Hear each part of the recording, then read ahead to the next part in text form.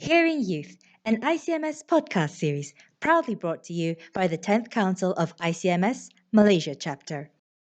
Passionate youths of Malaysia, welcome to the 4th episode of the ICMS Hearing Youth podcast, where we hear youth. I'm your host for today's episode, Stella. Before we start off with today's episode, we'd like to give a brief introduction about the Hearing Youth series. Hearing Youth, a series under ICMS Podcast, is a monthly series where we aspire to channel valuable insights to empower Malaysian youths by covering interesting topics that are relevant to youth development. Every 2 months, we will cover different themes of topics. I hope you've been following our past 3 episodes. If not, now's the time to check them out. For our 4th episode, we will be delving deeper into the theme of entrepreneurship.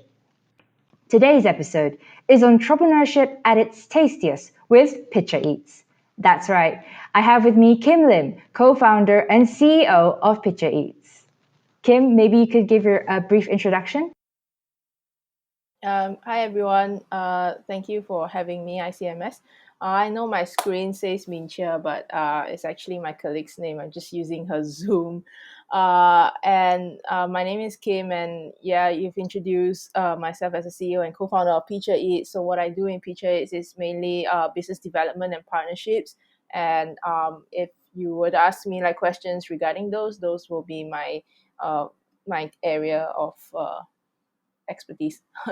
Great.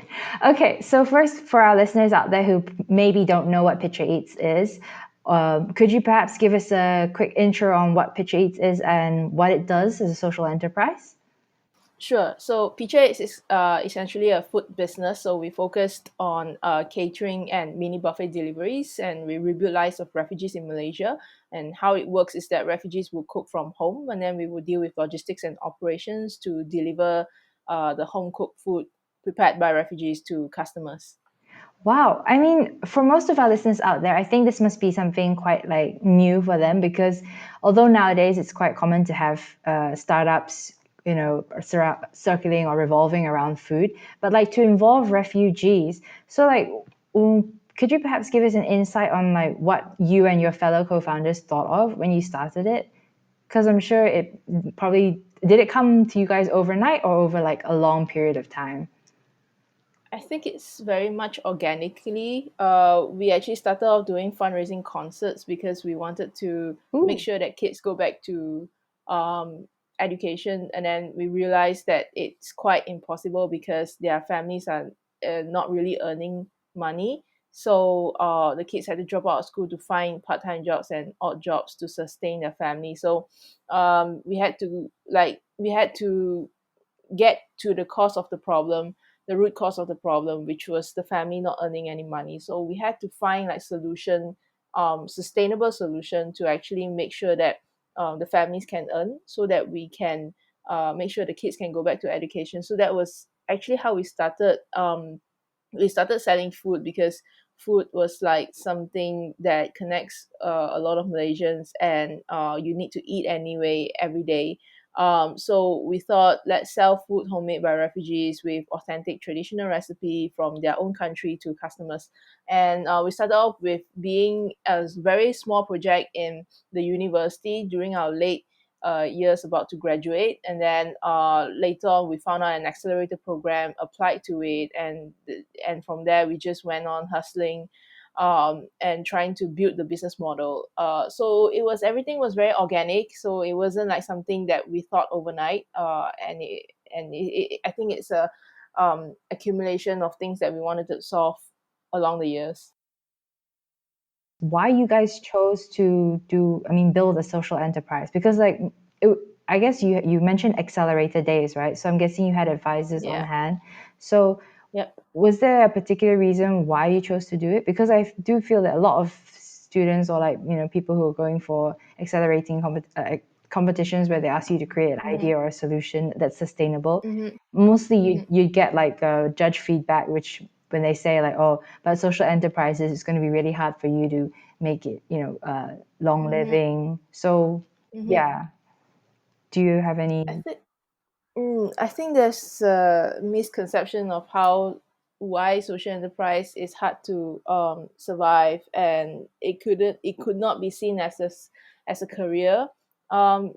social enterprise exists at the first place just because businesses were not um, doing it, or they're profiting in a very unethical way. It's not that businesses are wrong or evil.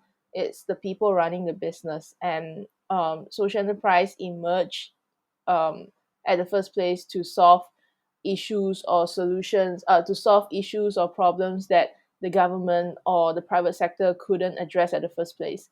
And so I think, mm, you I think there is always a sustainable way to be doing things, whether you're in a profiting business or not.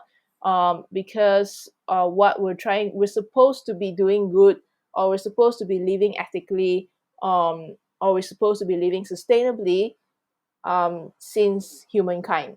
So if this was not um, the priority of humankind, then we wouldn't be sustainable in a larger framework in the long run.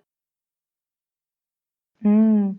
Well, I mean, that's really interesting because, like, most people would come up. I mean, like, we do understand that there's a difference between the traditional business and a social enterprise, and it's really nice that Mhm. you kind of brought our listeners and myself back a bit to looking at maybe the real root of where businesses came from. Mhm. Trying to provide a cure for people's wants, etc.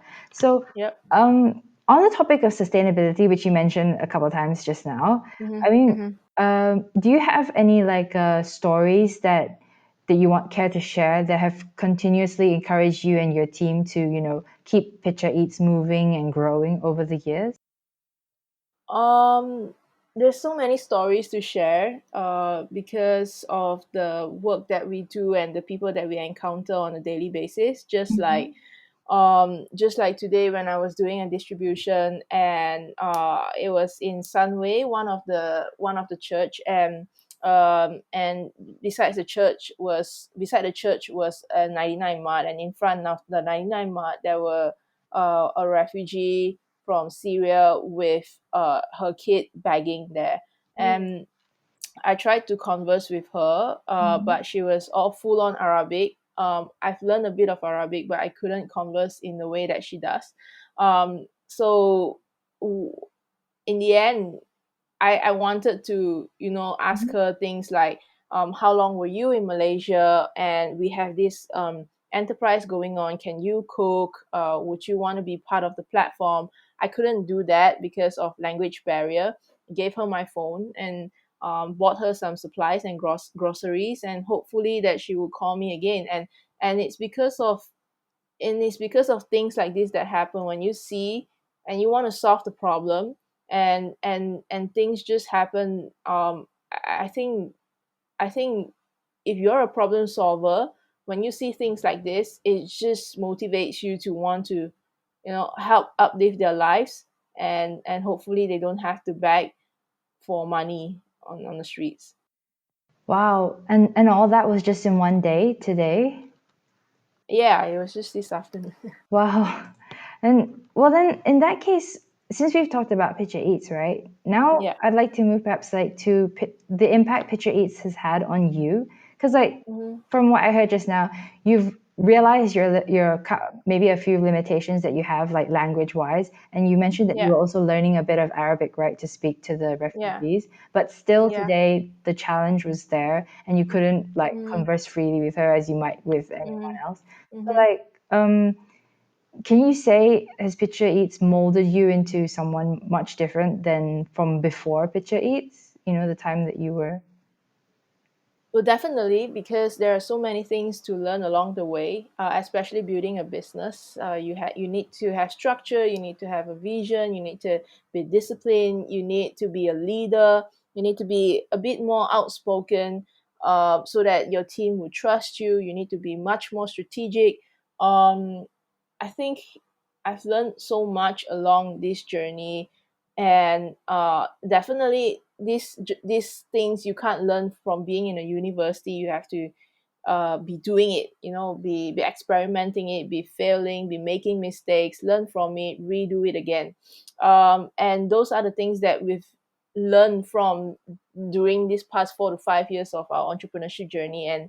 And before this, I wasn't I was a musician, you probably read about it, and I was quite lack of discipline, and I wouldn't have such vision of how Picha could grow if I hadn't start doing it. Because you could have a small vision when you start, where before you even start, but Mm-hmm. when you start, things will keep rolling, and the ball keeps rolling, and you'll see a bigger vision, or when your capability starts to increase, it means that you could do more, you could visualize more. And so it has definitely changed not just myself but my other co-founders and the team tremendously. So, like, I Yeah. noticed that you had one quote in your Genti article, and you mentioned Hmm.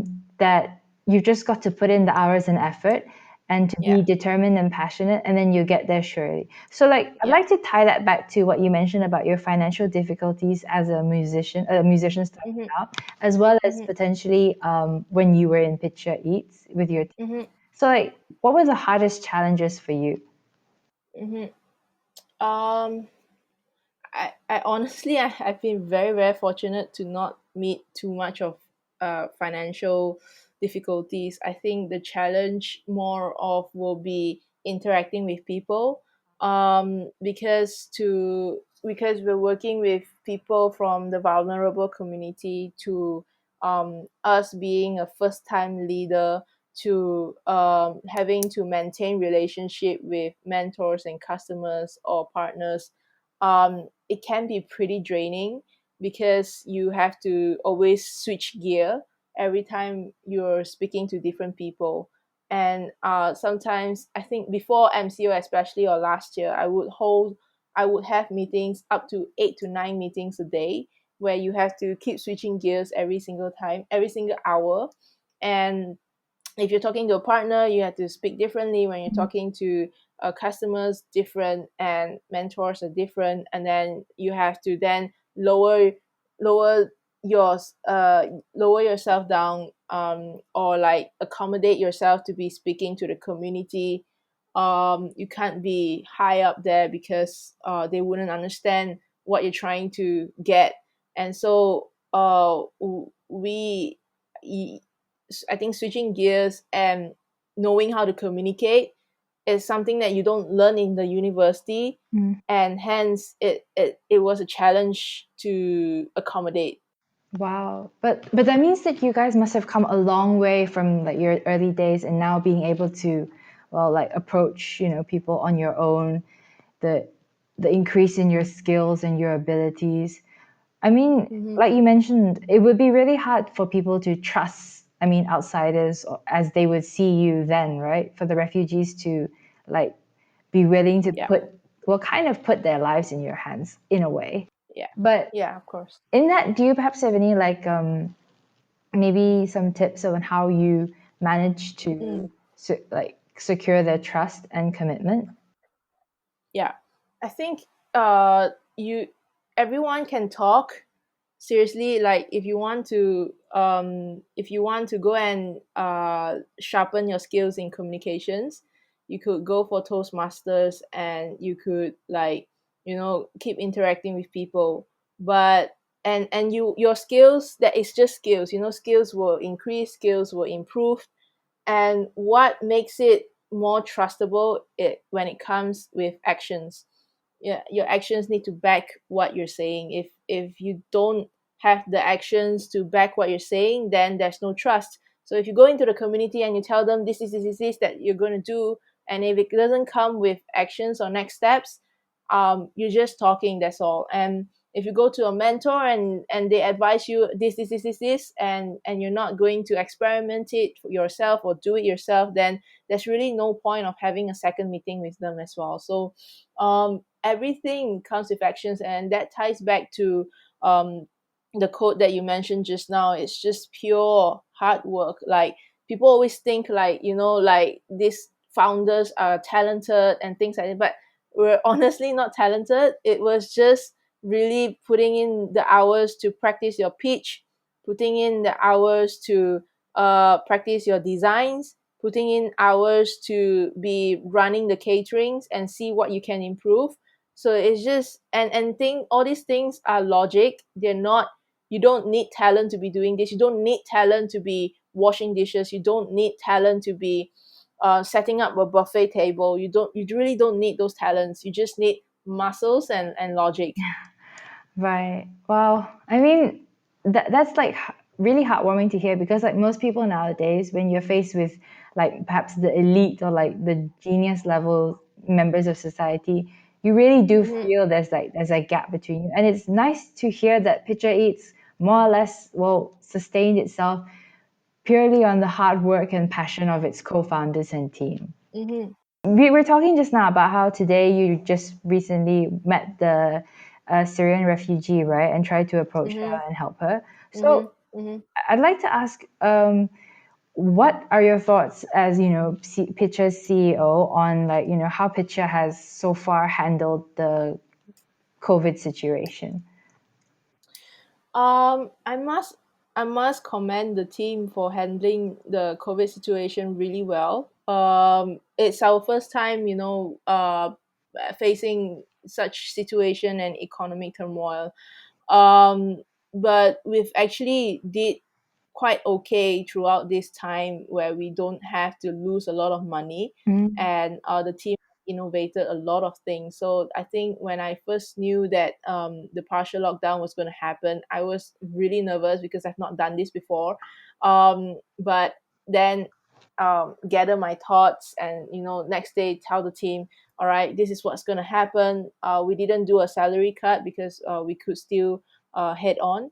um, and addressing the financial stability first, because everyone was really afraid whether they'll get a cut, and because their friends were going through those things, and they were very nervous. And then second thing was to tell them what's the new direction. So the first 2 to 3 weeks was, we were still experimenting things. We're still thinking, what can we do? The first thing that we did was to bring down the minimum 10 packs per package in our mini buffets to 5 packs, so that more people could order. right. And it did, our value per order did drop because it's from 10 packs to Mm. 5 packs, but our transactions increased. Wow. So during this time, I'm not really looking into how much revenue are we making. I'm looking into how many transactions are we making, because that means that we're acquiring new customers every time. Um, and the second thing that we did was, we reactivated a fund called the Zaza Movement. It's named after our late chef. He's a Syrian as well, and this fund was created in memory of him, because he wanted to help people when he was still bedridden. And so we created this fund to have people put in money, and then we would enable refugees to be cooking, and then we send the meals, the prepared meals, to frontliners and people who are in need. And we've been able to do 24,000 meals Wow. throughout the whole MCO. And it's really beneficial for us, because we actually survived through this. The families and the chefs all can survive because of this. Mm. And and our impact increased, and we've also known more communities as well. And so the third thing that we did was to reassess our strength, and we realized that half of our team, like you mentioned just now, you saw the pretty photos on Instagram. That's because our half of our team are content creators. So they're like marketing people. They're churning out videos. We knew that videos would be a bit more popular, so we were churning out more videos. We doubled our content during this whole MCO. And so we created a new company called Zucchini and Co. So what Zucchini and Co does is that we help companies to retell their stories or rebrand themselves during this COVID period. And so this has helped us to rediscover or realize that, oh, we have such potential, and let's try it out. And in the first, I think, 1 month plus, we've already got our first 10 customers. So it's really assessing what you have as a strength, and then uh and then experiment it and try it out, and it worked well for us, and we want to continue to innovate and see what can we do with Zucchini and Co. So these were the few directions that we took on, and the team took it really well. I think the third thing then was to help them to prepare their mind of change, because it's really a drastic change, where we were only given like 1 to 2 days to prepare for Right. MCO. Definitely. Yeah. um, what we did is, during the meeting we told them, change is going to happen every single day. We're going to do like a huddle every morning and evening before you get out of work, and we will talk about what happened throughout the day, and if there's any updates about the COVID 19 problems, and then we will update the team. And so that's what we did. And every day, the first 2 to 3 weeks, literally every day was a change. Like, we had to change strategy every single day.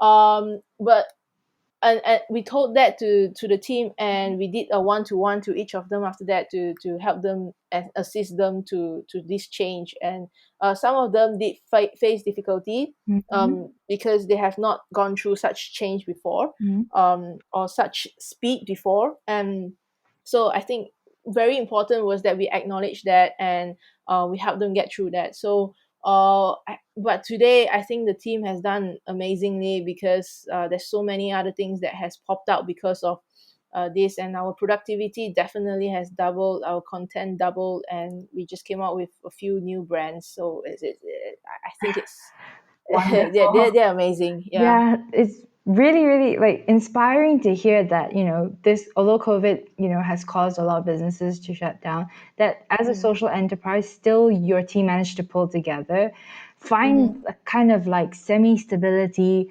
review, and then move forward with a change. So, I mean, it's Yep. kudos also to a good leader, I suppose. And so you can give yourself a pat on the back for that.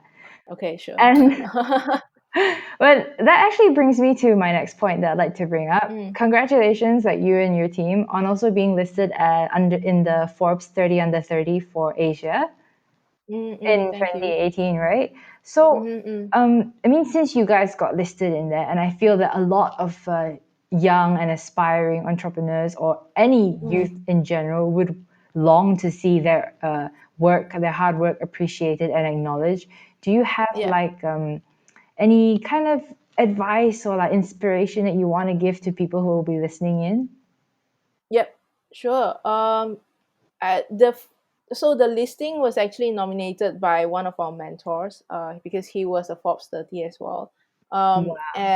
And we didn't know that we were nominated, until we received like an application.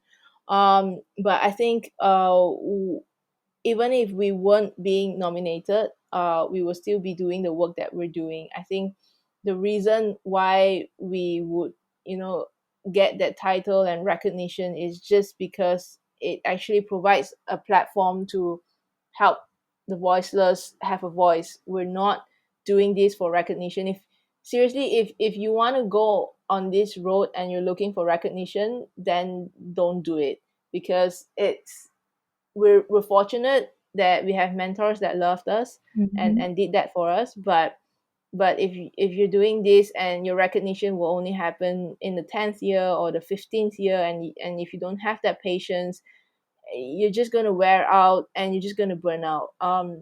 If you're doing for fame and recognition, like, just don't do it. So that would be my advice.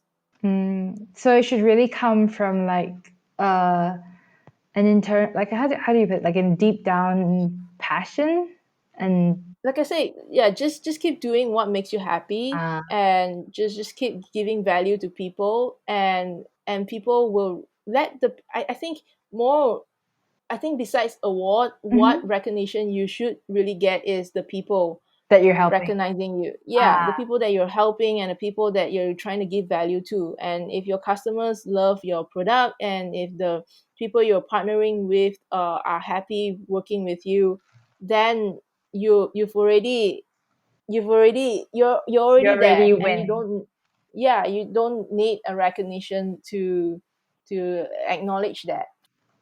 Wow. Thank you so much because it is like, I mean, it is, I guess, a much needed wake up call for anyone who's out there and trying to, well, get listed or like achieve recognition in the Mm-hmm. eyes of others. Mm-hmm. Mm-hmm. And it's nice to hear that what you and your team were aiming for all along was the recognition in the eyes of the ones that you were helping. Yeah. So, okay, now I think we're going to move on to Okay. the second to last bit. And I'm just going to ask you for a few recommendations for any books that you might think will help our listeners out there on entrepreneurship and, well, generally being able to improve their lives. Yep. So if you want to get onto this journey, if you're at border age or popular, you want to get to like the self-help section or the entrepreneur section or the finance section or even like biographies section, because those are the books that will really help you. I think I've read like quite an amount of books from if you're talking about self-help, really there's a lot of books. Which one you can read? You can read like the 7 habits of productiveness or something like that. But I've read also books like Sprint, to understand about innovation, Mm. and validation. I've read books. There's a book called Hook, HOOKED. Hook. It's about marketing. It's about how you Hook people. create a habit for people to get engaged with you. Ah. I also read like I just read like a book by Stephen Levy. It's on Facebook, Oh. um, and I think it's around 500 to 600 pages thick. But it's really a good book as it really helps you to understand the tech behind Facebook and what Mark Zuckerberg's mind is like. And Stephen Levy also wrote the book that I'm reading right now called Googleplex. It's about how Ooh. Google, how the founders, the mindset on how they want Google to be initially and how it's actually evolving Now. throughout. Mm-hmm. Um, Also read like Homo Sapiens. Homo Sapiens talk about the brief history of human mankind. It's a very Wow. thick book as well. Yeah. But it really helps you to feel very humble of who you are and what you are and your purpose in the world. I always think that after reading the book, I feel like we're just like a capsule. We're just here to deliver something and then we're gone, right? Wow. So I think that book really helps to humble myself um, as well. So many books like try and read books that relates to creativity as well.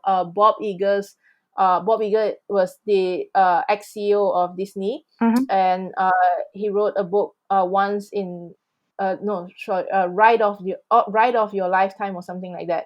Ah. Go and find that book. It's new, it's fresh, it's really great about creative leadership. And then because he was in Disney, Pixar was part of it as well. So read Pixar's Ed Catmull's Creativity Inc. Very good book as well. So there's so many books like, Wow. but these are the few books. Yeah. Thank you so much for, well, I mean, it does seem that you've read a lot of books, and obviously it shows in the way that you're able to lead your team all the way up to now. So I think we're going to move into the last question for today's episode. Just, Mm-hmm. in summary, Mm-hmm. from all your past experiences, if you had a chance to meet your early 20s self, or like if you had a chance to meet you or your younger self, what advice would you give yourself? I if I were to meet my 20 years old self again, I would tell that person to make the same mistakes or make more mistakes that I've made. Be more daring, be more explorative, be more adventurous. And I actually have not regretted my journey so far, except my interaction with my father. But besides that, I've not regretted any decisions that I've made in my life. And because every decision that you make, you accept the consequences and you repair it, you fix it, or you enjoy them. So I think if I were to meet myself back then, I'll just tell that person, do the same way as what you're doing to lead to what you are today. Wow, thank you so much. I mean, it's great that, well, one of the key things that you want to tell yourself is just be yourself again, right? Yeah, So, Kim, it really has been a pleasure for me and the listeners to have you on our podcast. Thank you very no much for problem. sparing the time. Thank you for having me. That's all for this episode of The Hearing Youth, where youth heard it first. Once again, we appreciate your support and we look forward to seeing you again in the next episode. Stay tuned and stay subscribed. Thank you so much. Hey, no problem.